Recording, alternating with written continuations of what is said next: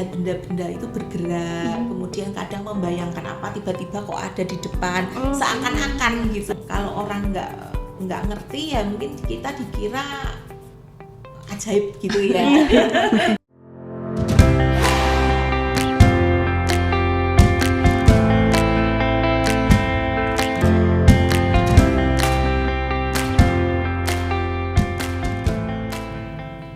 Selamat siang, selamat datang di Bincang Asik. Hari ini bersama saya, Kezia, dan rekan saya, Erlina, akan membahas tentang bidan. Apa itu, Er?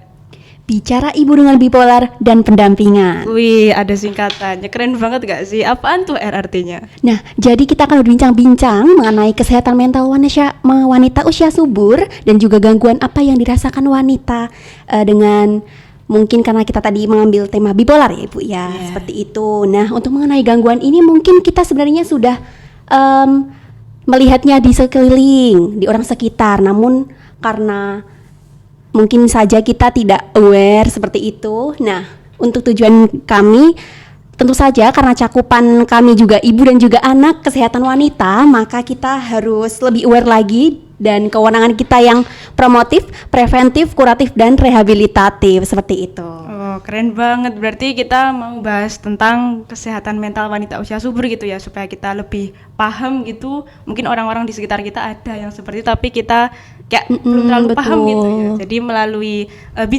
bincang-bincang kita pada siang hari ini kita akan membahas tentang hal tersebut. Kalau membahas hal seperti itu kita harus bersama dengan narasumber yang terpercaya dan paham gitu gak sih? Betul, tentunya ya, karena kita juga tidak ingin ada misinformasi dan kita bisa lebih paham materinya. Dan ibu mungkin nanti bisa menambahkan dan sharing-sharing juga kepada kita. Nah, untuk itu kami mau mengenalkan terlebih dahulu ke teman-teman semua yang bergabung di bincang kita pada siang hari ini. Narasumber kami yang sangat keren, perkenalkan Ibu Fitri. Halo Ibu. Halo. Saya Ibu saya. Sehat ini sama yang menonton ya. Iya, teman-teman menonton ya. Iya, perkenalkan teman-teman semuanya. Beliau adalah Ibu Fitri Setia Marwati. Beliau wanita yang sangat keren karena beliau berhasil menjadi penyintas penyakit bipolar dan bahkan sekarang menjabat sebagai Ketua KPSI Cabang Surakarta. Luar biasa sekali ya Ibu, Masya Allah. Awalnya yang mengalami sendiri gangguan mentalnya, kemudian beliau bangkit untuk menghadapi dan juga menjangkau orang-orang banyak hingga sekarang menjadi Ketua Peduli Skizofrenia se-Solo Raya ya Ibu ya. Masya Allah, keren sekali. Terima kasih. Kemudian Ibu juga menjabat sebagai Kaprodi di salah satu universitas Solo ya Ibu. Masya Allah. Oke, tidak hanya itu teman-teman, beliau ini juga pernah menempuh S1 di Universitas Gadjah Mada. Wah. Kemudian masih lanjut lagi ya S2 di mana? Betul, beliau? di Universitas Jenderal Sudirman Selinere Ibu Masian. Enggak, kalau S1-nya akuntansi. Oh, S2-nya manajemen. Manajemen, Oh, Masya gitu. Allah, keren sekali. Tapi teman-teman tidak berhenti di situ. Beliau masih melanjutkan pendidikannya di University Technical Malaka, Malaysia. Wah, di luar negeri. Sampai gelar doktoralnya, guys. Keren sekali. Terus tadi beliau juga menjabat sebagai apa tadi, Ketua KPSI Solo Raya ya Ibu ya. Wah, luar biasa. Nah, KPS ini mungkin Ibu Fitri bisa mulai menjelaskan KPS ini apa Ibu secara garis besar ya. Iya. Baik, KPSI atau Komunitas Peduli Skizofrenia Indonesia itu sebenarnya pusatnya ada di Jakarta, tetapi kemudian di cabang-cabang ya istilah disimpul, dan salah satunya adalah Simpul Solo Raya. Keren. Jadi ini kami bidangnya komunitas untuk advokasi atau juga merengkuh orang-orang yang memang punya mental illness ya. Jadi tidak hanya, walaupun judulnya hanya skizofrenia, tetapi tidak hanya berhenti di skizofrenia. Kan banyak sekali mental illness, ada depresi, bipolar, anxiety dan sebagainya gitu. Keren sekali. Wah, baru perkenalan udah bikin kagum banget. Betul, kami baru pertama kali ada komunitas seperti itu, baru tahu kami. Iya. Oke, tidak usah berlama-lama saja teman-teman. Mari kita langsung saja ke perbincangan, inti perbincangan kita, nggih. Oke. Ibu sudah siap? Itu kan ini. First time. Ini lamanya banyak Bu sebenarnya, tapi nggak apa-apa Bu. Kita santai saja. Betul. Namanya aja bincang asik. Kita bikin asik saja. Santai saja Ibu. Oke, mungkin untuk hal pertama yang ingin kita semua mungkin pengen tahu dulu Ibu, sebagai yang pernah mengalami sendiri bipolar atau gangguan mental, itu dari sudut pandang Ibu Fitri, arti atau definisi bipolar itu seperti apa, dan mungkin Ibu bisa menyebutkan gejala awalnya seperti apa, atau mungkin dulu sebelum bipolar ini masih mengalami gejala-gejala lainnya yang sebenarnya bukan terkait bipolar tapi kemudian itu mengarah ke gangguan mental yang pernah Ibu rasakan. Seperti itu Ibu mungkin bisa dijelaskan. Iya, terima kasih ya pertanyaannya. Ini saya flashback dulu ini. Oh, Iya, boleh Ibu. Jadi awalnya kalau masa kecil, remaja itu biasa-biasa aja ya. Oh, iya. Bahkan bukannya apa-apa, tapi saya mampu untuk sekolah di sekolah-sekolah yang favorit gitu ya, iya. yang favorit di Solo. Kemudian kuliah juga biasa. Cuman kemudian ketika tahun 2007 itu kalian belum lahir. Sudah. Tapi masih Mungkin ya masih 2 tahun Ibu. Tahun 2007 itu akhir-akhir masa S1 lah itu. Kemudian iya. tidak tahu kenapa, tapi kemudian saya sepertinya ada mental illness attack gitu, sehingga perlu bantuan profesional. Dan saat itu belum langsung terdiagnosis bipolar, skizofrenia, seperti itu. Kemudian saya dibawa pulang, pengobatan. Jadi sejak tahun 2007 itu. Kemudian untuk pengobatan mental illness itu kan tidak bisa instan ya, beda sama batuk flu, itu harus bertahap. 3 hari, 7 hari udah selesai. Kalau mental illness itu memang butuh waktu yang cukup lama karena di situ kan ada terapinya juga, kemudian ke psikiater sama psikolog ya harus kerjasama dan sebagainya itu. Kemudian ya saya bisa melanjutkan fase hidup dengan penuh perjuangan ya, tapi itu bukan perjuangan sendiri karena sekeliling kita itu yang paling krusial untuk mensupport kita. Dan waktu itu saya masih single ya, masih kembang desa, Masih gadis. masih gadis. Nah itu tentu saja orang tua yang sangat support sebanyak sekali itu. Baru kemudian saya melewati S1 lulus, kemudian S2 juga masih agak labil waktu itu, kemudian tapi bisa stabil, maksudnya sudah bisa bersosialisasi, berpikir gitu, kemudian bekerja. Awalnya itu kan bekerja dulu, setelah lulus S1 bekerja, ya sudah. Nah tapi di tengah-tengah ketika saya sudah merasa enak dengan kesehatan saya merasa sudahlah nggak usah minum obat karena kan memang harus minum obat, itu kunci itu harus minum obat. Kemudian nyepelek ya bahasanya, nggak minum obat akhirnya kena serangan lagi, relapse lagi, sehingga harus terapi dari awal lagi seperti itu. Dan itu perjuangannya juga nggak mudah ya karena yang paling saya alami itu kan kayak halusinasi gitu. Dengar suara-suara, kemudian melihat benda-benda itu bergerak, kemudian kadang membayangkan apa tiba-tiba kok ada di depan, seakan-akan gitu, kemudian waham dan sebagainya itu. Jadi memang kalau orang nggak ngerti ya mungkin kita dikira ajaib gitu ya.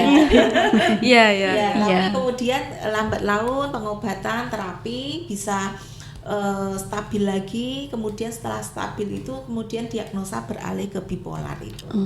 Gitu. Jadi panjang sekali ya Ibu. Jadi serangan pertama 2007, bayangkan 2007 sampai 2025 berapa tahun teman-teman itu? Iya, jadi kadang kalau di komunitas tuh kok saya belum stabil, tunggu dulu, sabar dulu. Iya, sabar. Instan. Kita bukan batuk pilek, kita seperti ibaratnya orang diabetes itu kan harus minum obat kan ya. Iya, selalu. Lah kita ini sakitnya tidak terlihat secara kelihatan fisik, kasat mata. Yang ngerti dokter-dokter lah yang gitu ya. Jadi saya cuman kuncinya pokoknya rajin minum obat, kemudian manajemen diri, berpikir sehat, seperti itu. Salah satu treatmentnya sehari-hari saya harus seperti itu, kalau enggak nanti down lagi. Ibu mungkin izin kalau boleh kami mengulik gitu ya Ibu kan tadi kan mengalami skizofrenia, dan kalau yang kami tahu skizofrenia itu kan halusinasi. boleh nggak Ibu kasih gambaran halusinasinya itu seperti apa? Iya, Jadi kayak seperti mendengar apa? suara itu suaranya ngomong apa dan yang dilihat itu barangnya jadi kayak gimana gitu Ibu? Kalau boleh, gimana Baik. Ibu? Jadi kayak misal bunga, padahal bunga itu bersih gitu ya, Iya. kayak dulu tuh maksudnya nggak layu nggak apa, tapi di mata saya bunga itu rusak gitu loh. Oh. Dan saya tuh waktu itu panggil keluarga saya itu bunganya kenapa kok layu gitu. Oh, gitu. Padahal dia nggak apa-apa gitu. Atau kadang kayak lemari kayak kebuka. Jadi kalau gitu. kalau orang-orang zaman dulu mungkin malah mikirnya kita kena apa itu setan atau Oh, apa iya. Ilmu gitu hitam ya. gitu ya. Mitos Iya. gitu ya kok. Iya. Terus kayak misal apa bisikan itu ya kayak kamu kesana, kamu apa cuci piring kayak apa, kayak kita tuh disuruh gitu loh. Jadi seperti itu. jadi kita itu kayak tidak bisa mengontrol diri kita sendiri rasanya. Kemudian juga pusing, kemudian capek, cepet capek Iya. gitu karena pikiran kita hanya bergelut di halusinasi itu gitu. Gitu. Jadi secara spillnya seperti itu. Oh, gitu. Mungkin gantian untuk bipolar Ibu. Kalau untuk bipolar kami taunya ada yang apa sih episode gitu ya. Jadi kayak dia kadang senang sekali, semangat sekali, kadang dia menjadi sangat down. Itu benar itu atau bagaimana Ibu? Iya, kadang ada kondisi yang manik ya, dan Iya. kemudian kondisi yang waktu depresi gitu. Iya. Ya. Iya. Jadi kalau pas manik ini saya alami sendiri masih sampai sekarang, tapi saya bisa mengcounter ya, Oh gitu. bisa menyikapi. Kalau kadang tuh misalnya lupa nggak minum obat, Ya. nah itu kemudian itu nggak bisa tidur semalaman, pikiran tuh kayak kerja terus, tapi kita nggak ngerti apa yang kita pikirin tuh apa, pokoknya kayaknya muter terus kadang kalau memang saya alihkan ke hal positif gitu, misal bikin artikel gitu bisa Iya. jadi 4-5 artikel dalam semalam gitu. Tapi Tiba-tiba ya produktif itu maniknya seperti itu. Kemudian kalau lagi depresi mungkin ya apa ya, jadi males mau ngapa-ngapain, kemudian kita minder, kayak kita under pressure sedikit itu terus langsung kayak orang itu kayaknya nggak seneng ya sama aku. Kita ngomongnya tuh yang overthinking. Overthinking, Terus jangan-jangan aku nanti mau misal diikuti orang dari belakang atau apa gitu. Makanya itu kalau kayak saya secara rinci memang tidak begitu paham karena bukan di kedokteran ya untuk apa yang terjadi di dalam otak kita. Tapi kalau saya baca itu kan ada ketidakseimbangan hormon kan gitu. Nah itu makanya obatnya itu kalau saya disiplin itu karena saya sudah merasakan bagaimana dulu relapse ketika tidak minum obat gitu. Jadi biar hormon kita stabil, kita bisa tidur enak, bekerja enak, mikir enak gitu. Harus tertib. Dan itu memang saya selalu bilang hal itu pada teman-teman di KPSI, tolong jangan sampai lupa minum obat walaupun mungkin capek ya, karena awal-awal itu obat itu banyak sekali yang pagi waktu siang. menjelang siang Banyak sekali. dan itu obat itu efeknya ngantuk. Oh. Ngantuk. Makanya Ngantuk. teman-teman KPS itu banyak yang ngantuk. Anakku saya dulu juga gitu. Tapi posisi saya kerja, saya kuliah, aku harus bisa bertahan ya. Iya. Tinggal kitanya yang memanage lah bagaimana itu gitu. Sekarang alhamdulillah saya sudah stabil lagi, produktif lagi ya. Saya tinggal 1 kali malam tok itu. Tinggal 1 kali saja. Syukurlah ya. Syukurlah ya Bu. Alhamdulillah, semoga tidak relapse lagi. Amin. Semoga ya Ibu. Iya. Kemudian pertama kali mungkin Ibu berani memeriksakan itu ke tenaga kesehatan atau bagaimana Ibu? Bisa dijelaskan? Yang jelas kondisi saya waktu tahun 2007 itu sudah istilahnya belum bisa diajak komunikasi dengan normal ya, karena kan skizofrenia waktu itu. Kemudian yang beritikat baik itu orang tua saya sudah bisa. Ya kebetulan kok bapak itu paham ya, mungkin sebenarnya nggak paham tapi terus piye iki anakku kan mesti kan orang tua kan terus gitu ya. Terus dibawalah ke psikiater itu. Dan yang namanya orang tua sakit, anaknya sakit itu kan apapun akan dilakukan kan. Betul. Selama itu benar gitu ya. Seperti orang-orang yang lain itu, wah ini waham, ini ngelihat halusinasi, ini ketempelan apa gimana. Ya mungkin orang tua saya itu juga berpikir ada sisi iki piye kudu ditakapake. Iya. Akhirnya dibawa ruqyah gitu juga Ruqyah, pernah. iya, oh, ruqyah. Terus dipijet sama orang yang katanya pinter orang gitu. Melalui semua itu juga ternyata. Iya, terus apa-apa diminum obat herbal apa-apa gitu kan. Ya karena orang tua kan, saya mengambil positifnya bahwa orang tua saya pengen saya sembuh. Betul. Gitu kan. Iya. Makanya ketika saya diajak berobat pun saya menyadari saya pengen sembuh, ya saya tidak melawan. Karena ada beberapa kan yang melawan ya. Iya. Karena saya sehat gitu. Iya. Tapi alhamdulillah kok Allah memberikan kemampuan saya, insight diri saya itu saya ingin sembuh gitu, sehingga saya tidak melawan. Dan dari hasil orang-orang itu tadi yang ruqyah yang apa itu, mereka mengatakan bahwa ini murni sakit, bukan hal-hal yang Ya, ajaib-ajaib spiritual ya. gitu. Iya seperti itu. Kemudian bagaimana respon ibu setelah kan dibawa ke psikiater itu Bu, akhirnya sama bapaknya Bu Fitri, itu bagaimana respon ibu setelah psikiaternya mungkin menyampaikan ke keluarganya Bu Fitri dan Bu Fitri mengetahui kalau ini tuh Terdiagnosis. ya, terdiagnosis Itu gangguan mental skizo. gitu. Mungkin saya sadarnya saya sakit itu setelah lama ya, beberapa bulan, karena yang diberitahu kan orang tua, karena memang kondisinya itu belum bisa diajak komunikasi. Oh, gitu. Kalau skizo itu kita hilang insight, kesadaran kita tuh kayak nggak ada gitu. Oh iya loh. ya. Ya saya menerima itu, ya mau gimana. Maksudnya, Oh iya.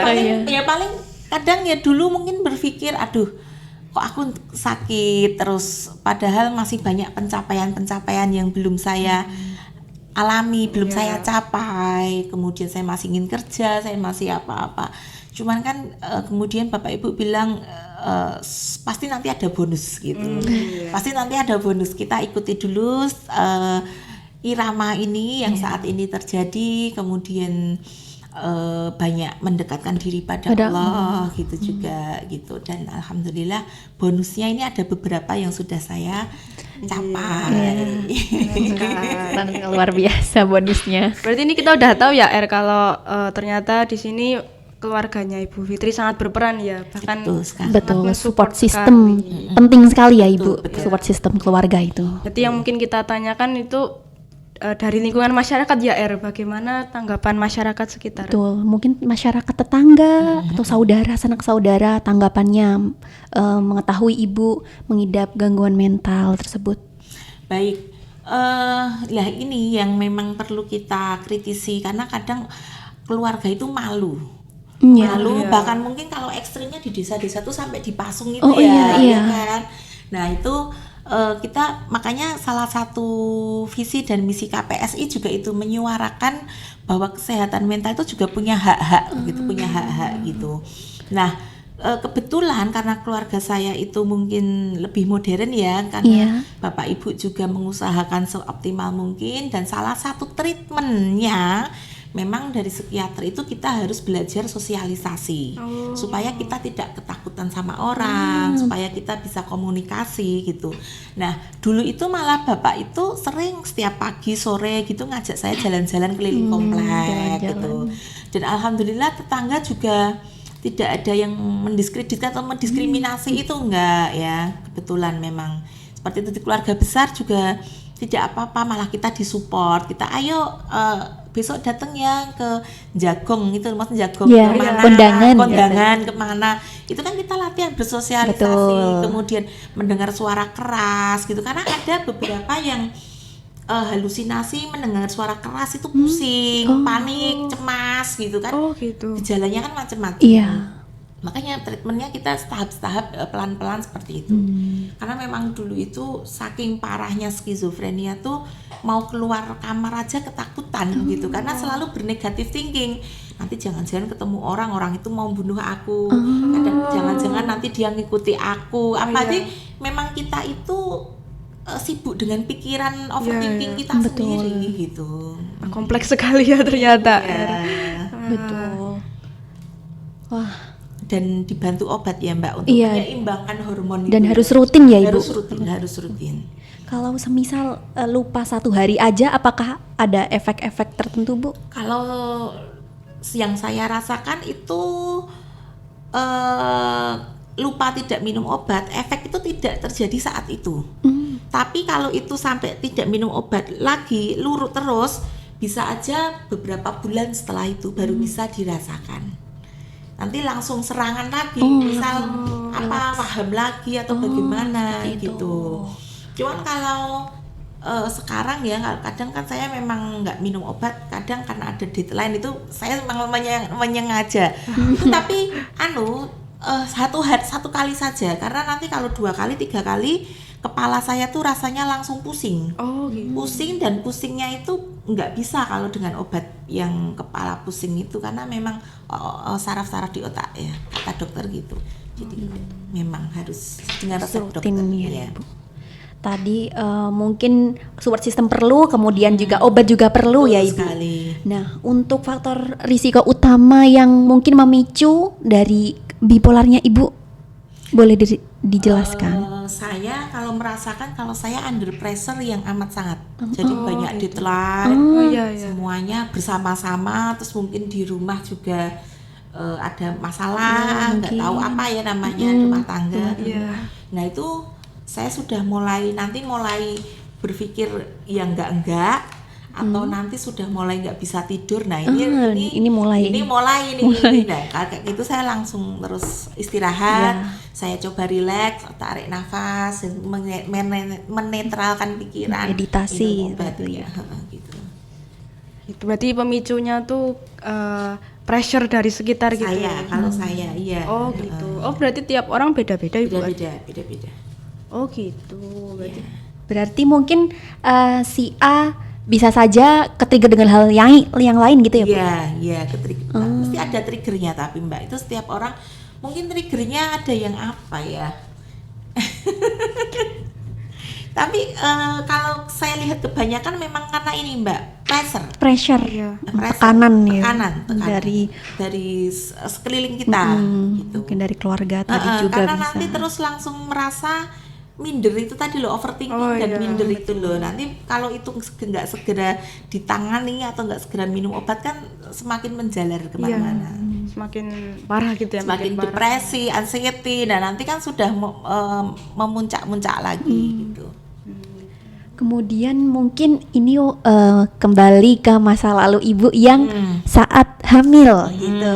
Nah saat hamil berarti dalam rentang waktu 2007 sampai 2025 waktu hamil masih mengalami gangguan ya Bu? Iya, karena sampai saat 2025 saat ini saya kan masih minum obat stabilitas hormon otak itu. Ya memang masih, tapi saya selalu konsultasi dengan dokter. Jadi saya terbuka sama psikiater saya bilang saya hamil, usia kandungan sekian, kemudian ini nanti bagaimana. Kemudian setelah itu biasanya kalau saya akan mengganti jenis obatnya. Jenis obatnya diganti yang aman untuk ibu hamil dan menyusui. Dan menyusui. Ya. Kemudian nanti saya juga koordinasi dengan Opsgene. Kemudian saya perlihatkan resepnya juga seperti itu. Semuanya harus terkontrol. Ya, berarti kan ini karena kami memang ranahnya di kebidanan anak Ibu. Jadi mungkin pertanyaan kami juga ada yang menjurus ke situ. Itu kan tadi kan dari segi obat, berarti kan obatnya diatur. Nah, kalau dari segi interaksi Ibu dengan mungkin ketika bayinya sudah lahir dengan bayinya, dengan anaknya gitu, kira-kira seperti ada yang mempengaruhi atau tidak terkait dengan kondisi. Apalagi kalau di ibu setelah melahirkan pasca persalinan itu kan pasti rawan sekali dengan baby blues. Itu bagaimana Ibu? Kira-kira ada pengalaman tidak? Iya, sedikit banyak mungkin kemarin hampir saja mau baby blues yang terakhir. Saya melahirkan yang terakhir 2024 kemarin. 2024. Itu cuti cuma 3 bulan, kemudian masih banyak tersisa tugas-tugas yang belum selesai termasuk S3 saya itu, kemudian capek, saya kebetulan sesar, kemudian minum obatnya itu ternyata saya preeklamsia itu. Jadi kan recovery-nya effortnya lebih Iya. kan. Terus belum ada yang bantu untuk ngomong. Nah, padahal bayi itu jam tidurnya terbalik. Betul, Iya. iya, Jam pasti tidurnya malamnya terbalik. dijaga. Padahal siang itu nanti banyak tamu. Terus belum nanti Iya. itu anaknya disusoni sih. Macam-macam Iya, orang iya. Jawa itu Iya. jamu, pokoknya yang buat ASI booster itu. Iya, jamu. Macam jamu itu, terus ASI booster, terus obat yang dari obat oksigennya, obat penyakit dalam juga karena preeklamsia kan Iya, darah tinggi ya. iya. Itu wah itu kayak guwowoken gitu loh rasanya. Nanti ya bayi lah seperti itu, hampir Iya, saya sampai terus juga ada kekhawatiran ini umur 3 bulan kok belum bisa ini, Oh, iya, iya. belum bisa ini. Iya, pasti. Iya, omongan orang sekitar. Itu kan kepikiran, akhirnya ya saya konsultasikan ke psikiater saya, kemudian coba segera mencari teman untuk bisa ngomong gitu. Sebetulnya saya hanya ingin istirahat sebenarnya kan, Iya. karena malam nanti bayi melek. Betul, Iya. harus Siangnya menyusui. aktivitas Iya. ya, gitu kan. Ini coba Anda banyak istirahat dulu, tenangkan pikiran kata psikiater dulu gitu. Jadi ya saya coba, kemudian alhamdulillah dapat yang menemani untuk ngomong itu, saya beban menjadi berkurang gitu. Dan kebetulan suami juga tidak menuntut harus gini gitu kan.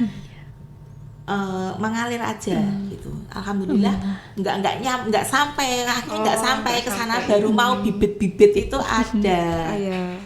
Capek Mbak emang Mbak. Tapi banyak seninya ya kan, Iya. harus melahirkan, lihat anaknya tertawa ya sih, Iya. tapi Jadi malu senang. tuh nangis terus. Iya. Iya, Banyak senangnya tapi banyak yang harus dipikir iya, juga. iya, konsekuensi. Iya. Makanya nanti jadi ibu tuh harus Iya. Ya harus siap mental siap juga. mental dan fisiknya. betul. Jadi ibu dan jadi bidan ini Bu. Iya, Bu. Udah tahu tekniknya berarti kan ya. Oh iya, iya. Udah tahu tapi ya harus belajar juga ibu Harus kan. diperdalam lagi, Bu. Iya.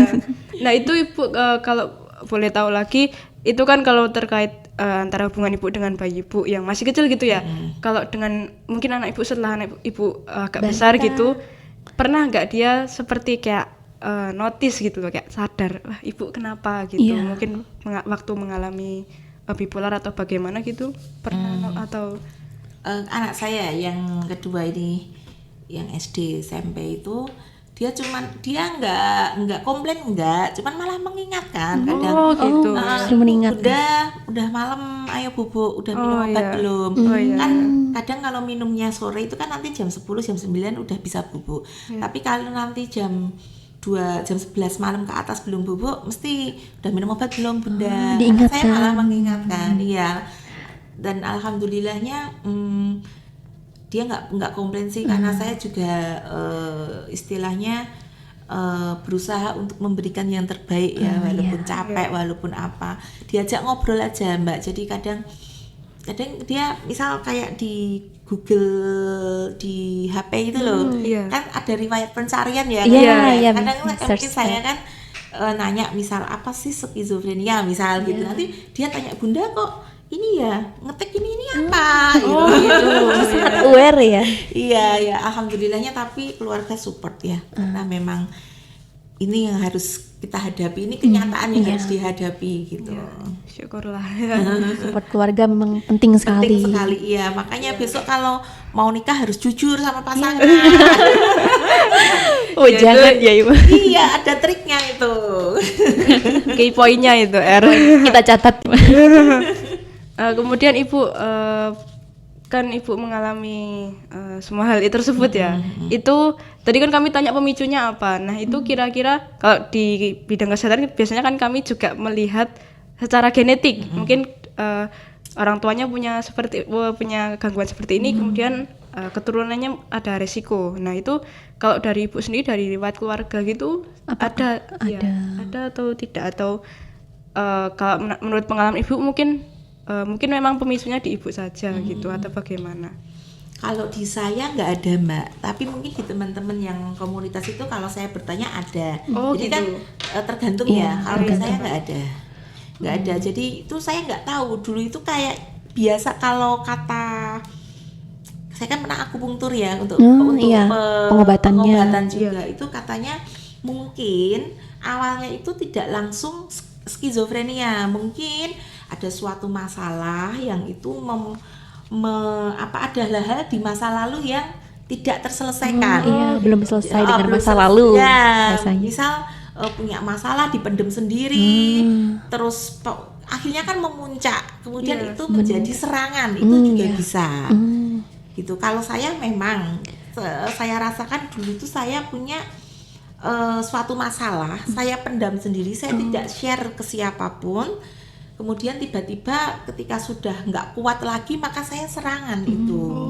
Kalau saya saya. Jadi bisa. Jadi kayak depresi dulu, terus kita sudah hilang kesadaran. Kemudian saya ketika diperiksakan ke psikiater itu ternyata skizofrenia itu. Jadi memang dari dulunya ada masalah Ada yang masalah, dipendam terus menerus ya Ibu. Kemudian mungkin bom waktu langsung iya.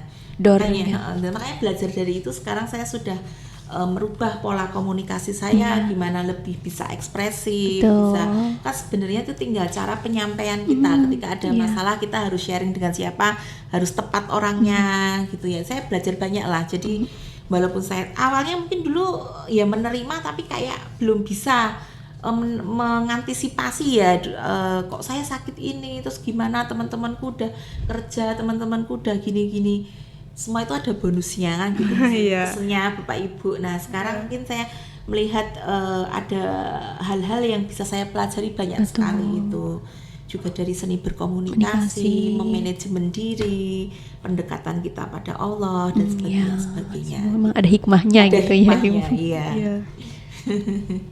Kemudian untuk sehari-harinya Ibu ya, mungkin untuk tantangannya waktu mengidap gangguan mental bipolar tadi seperti apa Ibu? Yaitu terutama terhadap stres saya. Iya, pressure tadi ada pressure. Saya harus bisa benar-benar bisa mengelola itu, maka sekarang saya tahu mana yang prioritas dan mana yang tidak gitu. Apalagi anaknya kan sudah 3, jadi kan sudah semakin banyak yang harus ditangani di rumah sendiri, di kantor sendiri, di masyarakat sendiri gitu kan. Banyak sekali peran kita itu loh di situ kan. Ya itu, dan salah satunya kan terus kemudian aktif di KPSI itu saya berinteraksi dengan banyak orang di situ, bisa sharing. Dan di situ kan bukan hanya survivor mental illness, tapi juga ada caregivernya, ada psikiater di dalam grup itu. Kita bekerja sama dengan rumah sakit di Solo gitu kan, kita sering kopdar atau mungkin sharing season apa. Nah itu saya anggap itu suatu refreshing, saya bisa melepaskan semuanya gitu. Bertemu dengan orang-orang yang sama. Kalau di ajaran di kami kebidanan sering banget diajari kalau salah satu hal yang bisa mendukung ibu atau wanita itu adalah support group itu. Jadi kayak teman-teman sekomunitas yang mungkin benar-benar paham gitu kondisinya seperti apa. Itu benar-benar bisa banget menaikkan semangat gitu. Wah, aku ada temannya gitu. Aku bisa berjuang bersama-sama. Yang punya satu problem yang sama gitu. Kemudian Ibu, kami pengen tahu juga kira-kira dari Ibu yang pernah mengalami sendiri, dan mungkin Ibu juga pernah melihat teman-teman Ibu yang mengalami itu, kira-kira harapannya apa untuk orang-orang sekitar ketika bertemu dengan penyintas seperti survivor seperti Ibu atau orang-orang yang ada di KPSI yang mungkin masih mengalami gangguan yang mereka alami seperti itu. Kira-kira kalau dari Ibu dan komunitas Ibu pengennya bagaimana? Pengen diperlakukan bagaimana, dan masyarakat itu harus bagaimana? Gitu. Intinya hapus stigma negatif terhadap mental illness. Jadi seperti orang kalau misal mau berobat ke rumah sakit jiwa daerah yang ada di, kalau di sini di Solo itu ya, di Kentingan itu tidak selalu orang yang sakit jiwa kan. Di sana ada dokter paru, di sana ada dokter umum dan macam-macam. Jadi hapus stigma negatif terhadap kami. Dan buat para penyintas pun jangan lelah untuk minum obat, karena itu syarat ya. Dan realistis, dan ada kajian research and development-nya. Beda dengan yang ketempelan tadi kan Jadi itu seperti halusinasi kayak gitu kan, memang ada gitu. Nah, kemudian hapus stigma negatif itu juga berikan kami kesempatan untuk bisa berproduktif terhadap apa yang kami senangi, hobi kami iya, iya. gitu. Kayak misal ada kan teman saya itu sukanya masak, Betul. si teman saya penyintas Masak, juga. iya. Dia bikin kue kering kan, kue kering Lebaran itu kan dia bisa mengekspresikan ininya, keahliannya, betul. dia juga bisa dapat income kan. Iya. Ya itu, dan di KPSI pun salah satu program kami ya seperti itu, kita membuat program kewirausahaan buat teman-teman, bikin apa nanti harapannya supaya teman-teman itu juga bisa mandiri gitu. Ya. Gitu. Jadi jangan langsung wah itu minum obat, wah ini mesti gini. Iya, iya. Hapus stigma itu, karena apalagi kan sekarang sudah emansipasi ya. Betul. Kemarin habis itu apa Hari Hari Kartini, Iya. betul Ibu. Iya. Emansipasi bahwa kami pun juga memiliki hak-hak buat berproses menjadi lebih baik lagi gitu.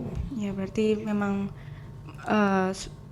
harus diupayakan supaya tidak ada stigma negatif gitu ya Ibu. betul. Mungkin sedikit mengulik saja Ibu. Kalau tadi kan Ibu sudah sebutkan biasanya stigmanya tuh berapa? Wah, dia minum obat, wah dia ke rumah sakit jiwa. Itu kira-kira selain kata-kata seperti itu ada lagi nggak Ibu? Supaya misal kalau kami mendengar hal seperti itu di lingkungan sekitar, kami kayak bisa langsung menegur gitu. Iya, betul. Biasanya seperti apa stigmanya itu? Ya stigmanya istilahnya yang paling awam itu gila gitu kan ya. Oh iya iya. Gila. Jadi cedak-cedak sama itu dia. iya. Artinya kan kayak misal anak kecil mau bermain terus nggak boleh. Oh iya. Iya. Gitu. Jadi memang ya hapus stigma gila itu. Kami juga memiliki hak-hak kami, hak untuk berobat, hak untuk bekerja, hak untuk berkarya gitu. Marsyanda aja bisa berkarya loh, aktris. Iya, betul. Dia kan ini Iya, ya memang. viralnya kan karena bipolar juga Betul. kan. Tapi kan dia Marsyanda kan open ya, dia Iya. open dan dia berani speak up Betul. gitu. Dan mungkin dari keluarga yang modern juga jadi berani. Tapi kasihan buat mereka-mereka yang di pedesaan. Betul. Ya, oh Ya, Bu, iya. masih kurang Yang masih kurang aware juga. kurang aware, tetangganya bagaimana memperlakukan, malah diasingkan, Dicap. dipasung, dicap gitu kan, kena ilmu hitam atau seperti iya, itu. kita makanya di KPS itu kami menyuarakan itu, hapus stigma negatif pada ODGJ, orang dengan gangguan jiwa. Kita juga baru mengetahui ya Ibu, Iya, benar-benar insight-insight baru kenal. baru dari Mungkin loh Mbak, bisa juga itu nggak selalu di ibu hamil atau orang-orang yang sudah tua gitu ya, mungkin di kalangan kalian mahasiswa Iya. ada yang depresi mungkin atau patah hati Oh, sama, patah hati, sama iya. pacar. Iya. Ada Itu loh juga Iya, patah rawan hati. sekali. Iya. Patah hati saking kecewanya, Iya. sedihnya. Iya. Kemudian dia jadi cemas, dia jadi Iya. depresi, itu sudah ciri-ciri Mbak, dan itu Pemicu. pemicunya itu kenapa nggak kita sengkuyung gitu ya, dirangkul gitu ya. dirangkul, kita arahkan. Mungkin kalau sudah memang mau self harm, kan ada yang self harm Iya. juga. Self-harm, oh iya. Itu Juga kita bawa ke menyayat. psikiater, Viral psikolog. juga, iya. Gitu. Ya menjadi tren juga sih, kalau apalagi di kalangan remaja tuh kan, kalau kami belajar remaja tuh malah waktu hormonnya naik-naiknya. Betul, apalagi- Jadinya mereka masih bingung Nah. gitu. apalagi remaja juga perubahan dari masa anak-anak ke dewasa juga ya Bu ya, peralihan iya, lah peralihan. istilahnya. Atau punya cita-cita yang tinggi banget nggak kesampaian, akhirnya ke Iya, drop iya. gitu kan. Gitu. Bisa, jadi trigger itu kan bisa macam-macam. Betul, setiap Tinggal orang beda-beda. diri kita sendiri menerimanya itu gitu. Oh, iya. Nah mungkin sebagai pemerhati nggak Bu ya, apakah Ibu memiliki pesan untuk sesama pemerhati dan yang memperjuangkan kesehatan mental bagi wanita seperti itu Bu? Apakah ada pesan? Baik, untuk pemerhati ya, dan juga mungkin caregiver ya, Iya. orang yang membantu masa penyembuhan bagi survivornya ya. Satu kata, memang harus sabar itu. sabar. Ketika menghadap, ketika mungkin ada saudara di sekeliling kita yang sakit seperti itu, karena pengobatannya itu tidak instan seperti batuk pilek 1-2 hari selesai. Iya. Itu butuh proses yang cukup lama dan dramanya banyak sekali. Dan bagi penyintas sendiri harus bisa menerima kenyataan itu, kemudian sedikit demi sedikit bangkit, memanage diri sendiri dan tidak lupa minum obat. Kemudian bagi orang-orang di luar sana yang mungkin juga sesama pemerhati, mari kita semakin merangkulkan tangan kita menjadi lebih kuat lagi untuk menghapus stigma bagi orang dengan difabel mental, karena sesungguhnya kami yang difabel mental pun punya hak-hak yang banyak sekali. Dan kemarin saya habis menghadiri acara launching bersama Wawali Ibu Astrid. Itu di Surakarta sudah ada yang namanya Komite Disabilitas Kota Surakarta. Jadi itu komite disabilitas, kita mewadahi di situ banyak sekali difabel, ada difabel tunanetra, tunarungu. Kemudian salah satunya saya dari difabel mental itu menyuarakan apa yang menjadi harapan-harapan kami ke depan gitu. Kemarin baru saja seminggu yang lalu. Berarti Gitu. Insight baru juga buat Iya, teman-teman ya, iya. mungkin komite. Iya. ternyata ada seperti itu, Iya, semakin iya. berkembang juga ya. Iya, dan saya lihat pemerintah juga semakin aware ya, karena seperti contohnya untuk difabel netra atau yang lain itu ketika di tempat umum sudah ada tempat untuk berjalan khusus yang netra. Iya. Kemudian misal di hotel atau di apa toilet khusus difabel itu kan salah satu. Nah, kami yang difabel mental apa fasilitasnya? Saya menyuarakan Iya. itu karena mungkin kami tidak kelihatan. Iya, Tidak kelihatan sakit apa, tetapi kan kadang ada yang halusinasi. Betul. Iya. Mungkin sedang jalan di jalan raya, kemudian terdengar klakson mobil langsung jadi cemas apa. Kalau pas ada temennya nggak apa-apa, bisa digandeng ya. Maka dari itu kemarin salah satu ide kami dari KPSI menyuarakan bahwa untuk difabel mental coba di tempat-tempat publik itu disediakan kamar relaksasi. Oh iya. Oh Jadi iya, itu bisa- bagus ya.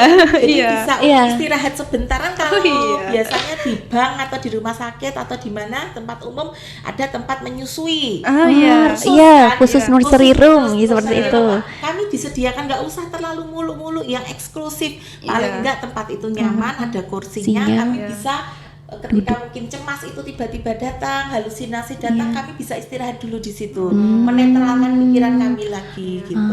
Menarik ya, Ero. Menarik sekali nih, Bu. Ya soalnya viral juga Ibu di kalangan kami. Seringnya tuh orang-orang kayak udah wah ketemu banyak orang, wah kita Ya, gini, kita harus panik attack Iya, seperti gitu. itu. Terus kayak tiba-tiba kayak aduh kenapa capek banget aku pengen istirahat. Tremor sebenarnya, gemeter itu, Bu. Kita kan cuma pengen Iya.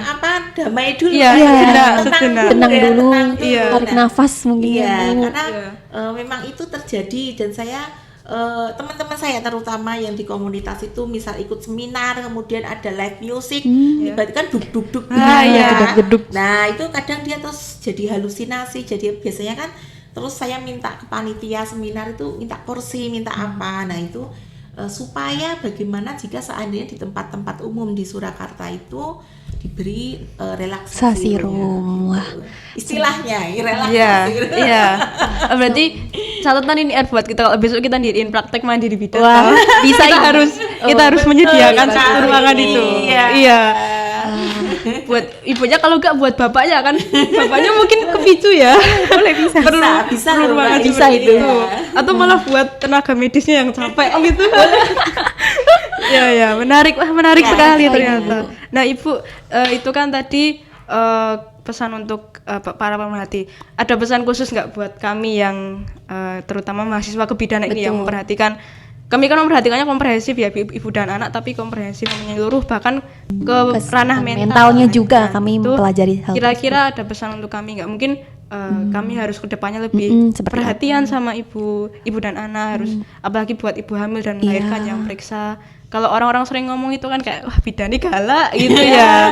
Itu atau ada lagi yang perlu kami tambahkan supaya kami bisa lebih memberikan pelayanan yang Betul. totalitas gitu buat orang-orang dengan kesehatan seperti itu. Ya, para kalian generasi muda ya. Iya. Gen Z nih. Lebih kritis dan Iya. mungkin sekarang kalian kan sudah membaca banyak jurnal ya tentang Iya. mental illness itu. Jadi memang harapan saya ketika menghadapi ibu yang seperti itu kalian harus support harus support karena memang kuncinya itu kita pengennya disupport, digandeng, jangan dimarahi. Iya. Kalau dimarahi dia nanti semakin tenggelam. Kok ini aku Pressure. jangan-jangan aku salah ini, jangan-jangan pikirannya overthinking. overthinking terus. Iya itu. Dan kalau memang tadi ada niat mau mendirikan klinik sendiri dilengkapi dengan relaksasi room, itu berarti bagus sekali, suatu inovasi. Semoga bisa Iya. Harus kita usahakan. Iyalah harus kan harus ini inovatif kan. Iya. Inovatif. Mengikuti perkembangan zaman ya, Bu. Ya. Gitu. Sama itu mungkin Ibu bisa sekalian memberikan pesan buat orang-orang yang melihat, teman-teman yang menonton semuanya. Ini Bu, terkait biasanya tuh kalau yang sering jadi masalah tuh self diagnosis itu. Itu Ibu mungkin bisa memberikan pesan pada teman-teman gimana kalau menurut Ibu? Sebenarnya kalau kita mencari referensi itu tidak salah karena itu memperkaya wawasan kita. Tapi hati-hati bahwa kita bukan pakarnya. Kita sendiri itu tidak tahu gitu, karena hanya orang-orang yang memiliki latar belakang keilmuannya itu yang tempat yang paling tepat untuk kita berobat gitu, dan itu adalah psikiater atau psikolog kan. Jadi jangan sampai self diagnosis nanti terus obatnya kalau misal harus minum obat terus nanti beli sendiri misal nanti salah, kan efek ke kita sendiri. Kalau ternyata overdosis dan sebagainya kita kan tidak tahu. Betul. Jadi kalau kita memang merasa memerlukan bantuan, lakukan itu daripada nanti semakin menumpuk-numpuk malah parah gitu. Nggak usah malu gitu, yang merasakan kita bukan tetangga gitu. Berarti memang perlu ada tenaga ahli yang mendampingi. Betul. Tidak Ada boleh di self kan diagnosis. di agama juga serahkan pada ahlinya. Betul. Seorang psikiater atau seperti yang jenengan itu kan jadi bidan juga perlu sekolah Betul. yang lama sekali dan prosesnya Panjang kan ya. Jadi masa tiba-tiba hanya dengan membaca aku ternyata ini, aku ternyata beli obat ini. Belum tentu. Karena kadang kan kalau kita sebagai orang awam aja kayak kita membedakan anxiety, bipolar, kemudian skizofrenia, depresi, itu aja kan kita belum pinter, masih bingung. Itu jangan menebak-nebak lah. Memang perlu ada ahlinya. Konsultasi ya, Ibu. Harus konsultasi. Mungkin tadi sudah membahas banyak bipolar, kemudian gejala-gejalanya juga ya Ibu, dan mungkin pemicu, dan hingga tadi saran-saran dan juga pesan-pesan bagi masyarakat. Nah mungkin ini pertanyaan terakhir, kami akan menyinggung sedikit tentang KPSI atau komunitasnya yang diketuai oleh Ibu sendiri. Nah itu kira-kira awalnya tuh seperti apa Bu? Karena saya pernah dengar KPSI itu dulunya kayak bagian dari PMPA Fagus VFK UNS seperti itu Bu.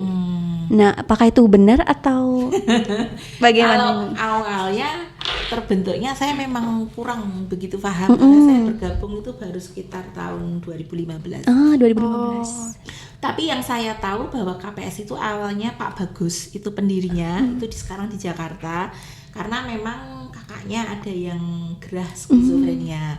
Kemudian beliau kan waktu itu zaman dulu kan awareness terhadap mental illness itu kan masih enggak seperti sekarang, masih kurang gitu. Kemudian dia mencoba menyuarakan itu tentang mental illness itu, kemudian membentuk komunitas yang namanya skizofrenia itu. Tapi kemudian seiring perkembangan zaman, komunitas itu disambut positif di cabang-cabang di beberapa kota di seluruh Indonesia, termasuknya di KPSI itu. Kemudian secara otoritas kami di cabang-cabang itu memiliki hak untuk mengembangkan komunitas kami sendiri-sendiri. Jadi kami ada kepengurusan sendiri-sendiri, kita punya program kerja sendiri-sendiri, tetapi itu juga tetap harus seizin dari pusat, artinya ada laporannya lah yang di pusat itu, karena kan pendirinya ADART dan yayasannya kan ada di Pak Bagus itu gitu. Kemudian kalau berkaitannya sama FK, saya menurut cerita senior saya bahwa memang dulu erat kaitannya dengan FK UNS karena ada beberapa dokter seperti ada Prof. Aris, ada Dr. Maria Rini, Dr. Eta itu kan juga ikut andil dalam pendirian itu. Dan Ya, dan sampai sekarang beliau-beliau masih sebagai pengawas dan pembina di KPSI Solo Raya. Seperti kemarin waktu di Kopdar itu kan ada beberapa dokter juga dari RSJ dan dari dosen UNS yang turut hadir. Kita memang di situ sharing session halal bihalal Kopdar seperti itu. Jadi memang erat kaitannya. Memang erat kaitannya. FK ya. Bu, ini kepo paling yang kepo yang salah satu kepo ini Bu. Apa namanya, bagaimana KPS ini menjangkau anggotanya? Kami sedikit penasaran karena apakah orangnya langsung datang dan kayak ngomong saya ada gangguan ini atau bagaimana gitu, atau ada yang mengenalkan kemudian menjangkau orang-orang yang jadi anggota, itu bagaimana Ibu? Baik, untuk KPSI Jakarta itu kan ada Facebooknya ya, Facebook komunitasnya itu. Terkadang Pak Bagus kalau ini areanya orang ini lebih dekat ke kota mana, maka itu diarahkan. Zonasi ya. Kayak zonasi. Hubungi PIC ini. Nah, biasanya juga yang bergabung itu tidak selalu penyintasnya, karena kadang kan penyintas belum bisa diajak berkomunikasi. Betul. Tapi yang mencari tahu caregivernya. Gitu. Itu nanti biasanya detuk tular. Jadi itu lo gabung di sana. Iya. Termasuk pasien-pasien dari rumah sakit atau dari dokter-dokter itu. Coba gabung ke KPSI, di sana ada support group dan sebagainya. Dan kemudian untuk maintenance kami, ketika sudah bergabung ya tidak hanya bergabung aja, terkadang kalau memang dibutuhkan kami ada visit, jadi kami ke keluarga penyintas, kita melihat keadaannya, kita support seperti itu. Apa yang bisa kami bantu akan kami bantu. Seperti itu. Mungkin teman-teman juga bisa kepoin di Instagramnya ya Ibu. Ada KPSI Solo Raya Instagramnya, bisa dikepoin teman-teman. Gitu. Itu kemarin bentar ya, sebelum ditutup ini. Iya boleh, silahkan. Kemarin kayaknya itu juga Ibu waktu di Kopdar kemarin itu ya. Kemarin kayaknya ada volunteernya Ibu. Ya, volunteer. Biar sekalian teman-teman boleh tahu, kalau teman-teman minat. Jadi KPSI ini tidak harus anggotanya kan tidak harus penyintas dan caregiver, tapi bisa juga volunteer. Banyak juga dari mahasiswa kemarin ya, ada beberapa universitas di Solo itu ikut jadi volunteer. Nah itu bisa masuk ke setiap event dari KPSI. Misal nanti ada yang terdekat bulan Mei, kami akan mengadakan kegiatan public speaking dan advokasi bagi penyintas. Itu kalau memang mungkin Mbak tertarik nanti bisa ikut kepanitiaan di situ. Atau mungkin ada juga volunteer yang masuk ke kepengurusan, ada kayak kita jadi bendahara, jadi sekretaris itu.